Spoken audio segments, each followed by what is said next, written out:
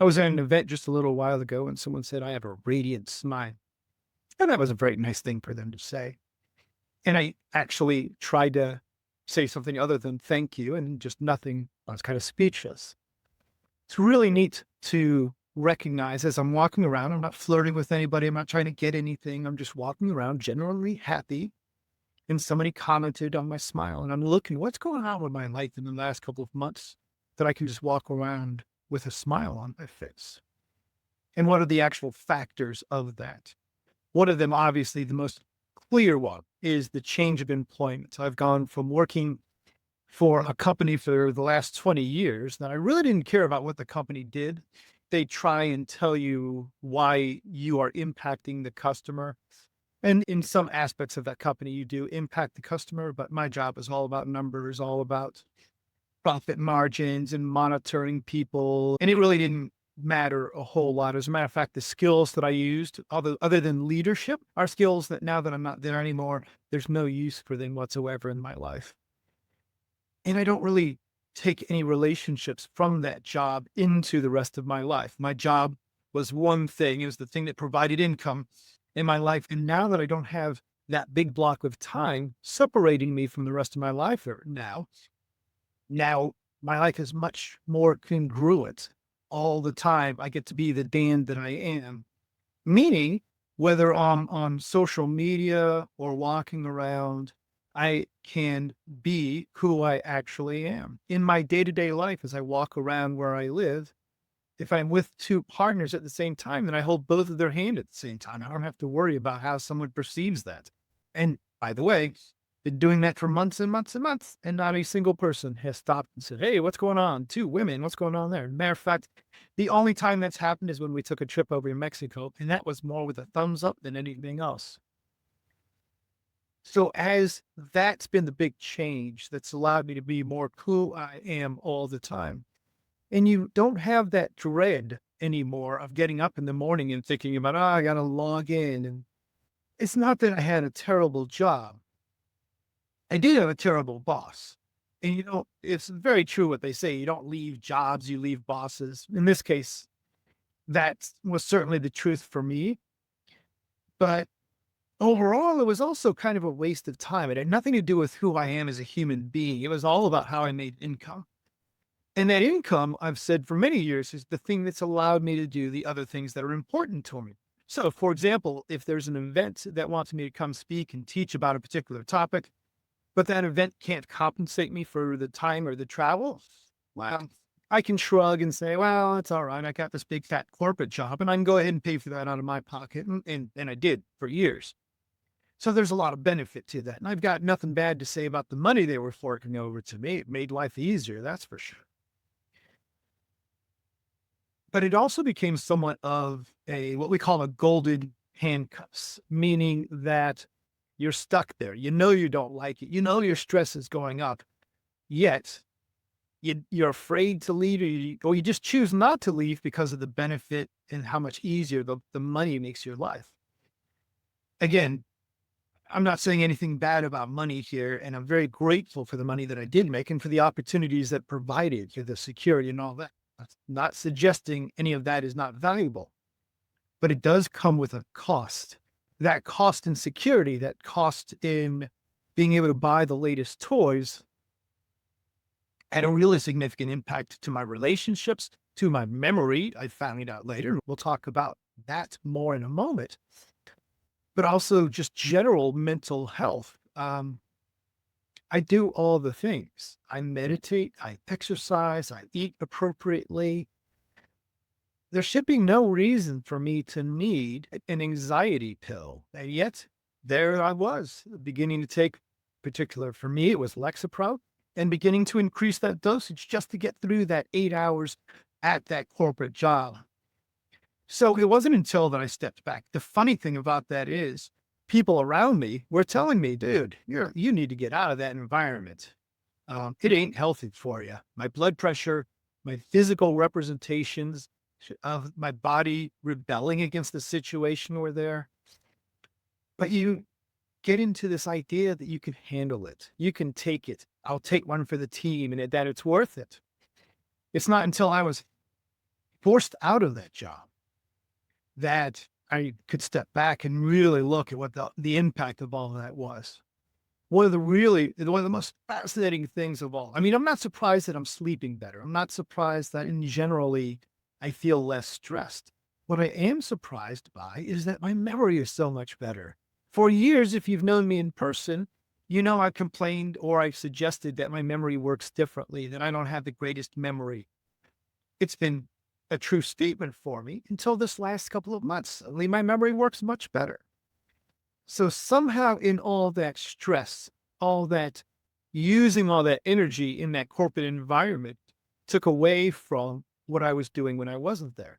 The other aspect, the other big cost of it was when I wasn't in that corporate environment, when I got off for the day, I did not want to necessarily engage in the rest of life. Let me plop down in front of a computer game and zone the heck out for 4 hours and unwind. And fortunately for me, that wasn't every day and it didn't happen all the time. It certainly did have its times.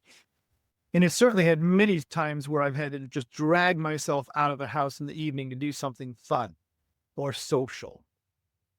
So obviously one of the big changes in my life from not being saddled with that 9 to 5 anymore.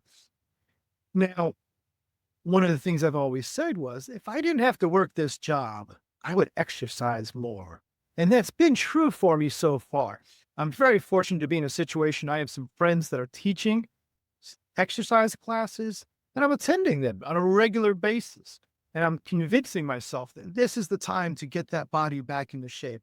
And I look at myself, and here I am wearing my sleeveless tank top. And I don't want to say for a man my age, I'm in pretty good shape because I don't believe in that. That philosophy is a poor philosophy.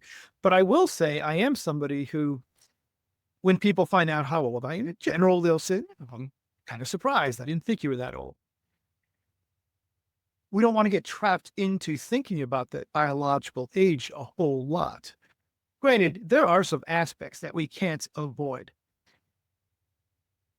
The reality of it is it's harder for me to lose weight. It's harder for me to get started on some things. Some injuries might take a little longer to heal. But as we continue to assist our body by getting stronger, getting healthier, doing the exercise, doing yoga, those can actually be reversed. There's a wonderful book out there that talks about it's not just about wanting to be healthy now, it's wanting to be healthy on the back end as well, right?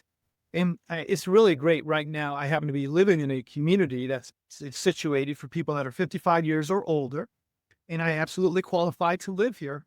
And it's really cool to see people that are my age and how they haven't taken care of themselves and that they're paying for that cost now, right? Whether it's a cane or a walker or shortness of breath or all that kind of stuff.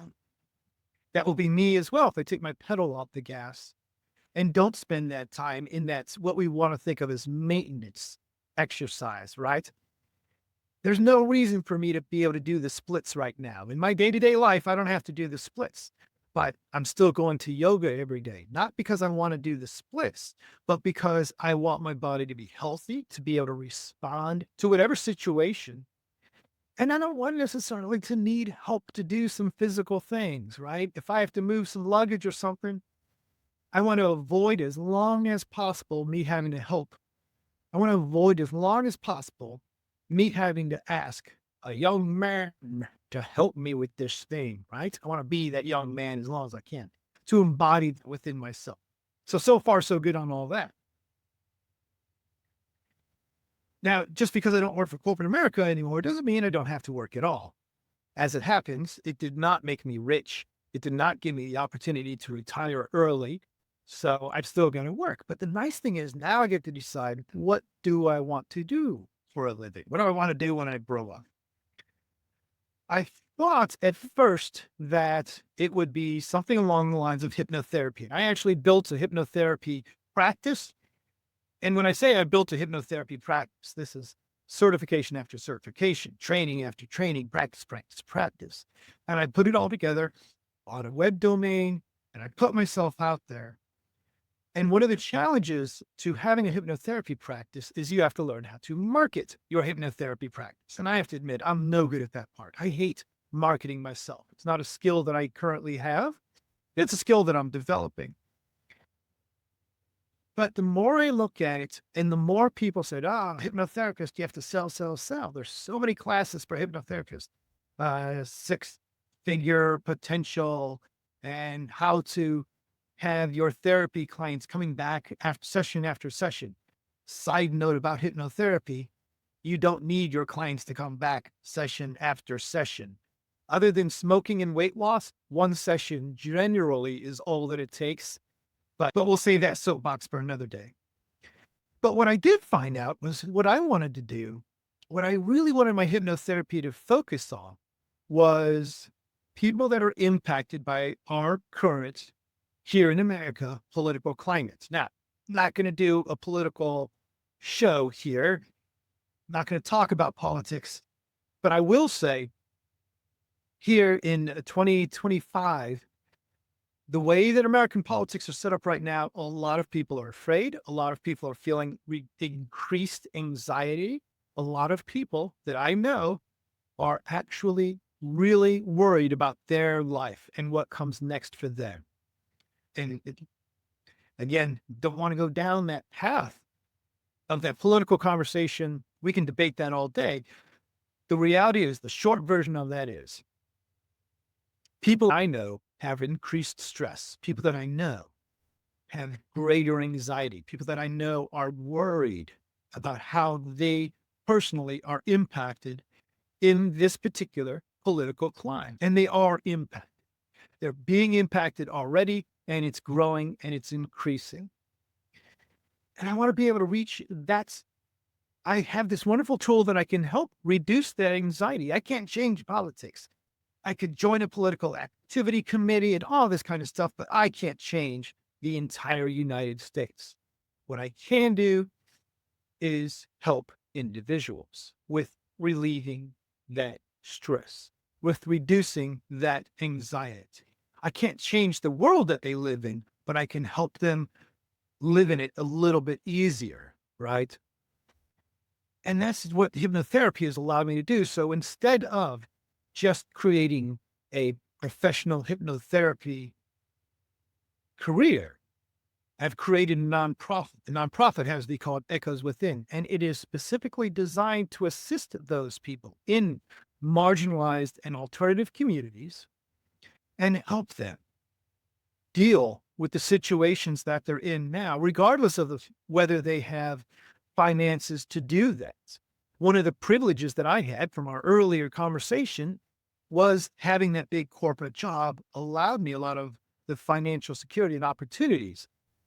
I wanted to create a nonprofit that if you can't afford to pay for services, that's not a financial barrier. That's something that we can work around, we can work through, or we can provide you a no-cost situation for you to get the help that you need. It's not about making money, and that's made it sing for me a lot more, right? It came back to that word from earlier, congruent. It's congruent for me to be able to help people regardless of their financial ability to pay. And with the assumption that the finances will take care of themselves. I've been very fortunate in my life so far that that's the way it worked out. Me and a couple of other people ran a community center for a number of years. And by giving things away, we continued to receive the generosity of that community. After COVID hit and we had to close the doors on this place, we had individuals step out asking how much money they could donate to get us through that period of where we weren't making any. Not for any gain, just because they were giving people, because we gave to them, they wanted to give to us. So this takes us back to this idea of Echoes Within, where givers give and givers receive. So this takes us back to this idea of Echoes Within, where I want to be able to give quality. So this takes us back to Echoes Within, where I want to be able to give away that opportunity for people to receive the healing that they need, that mental wellness that's going to improve their life. and you take this and you do the things you need to do, and you assume that the universe is going to take care of things, that somehow money's going to start coming in, whether it's a donations, whether it's sponsorship. I don't know what that looks like. I can't build for what I want the income to look like. I'm building for what I want this client to be able to receive without that concern for a financial barrier. So that's one of those things. And that is probably why I'm walking around with a smile, because I'm building this now. And we are building this. There's other people involved, and I'm getting even more people involved. And I actually feel good about what I'm doing for a living now.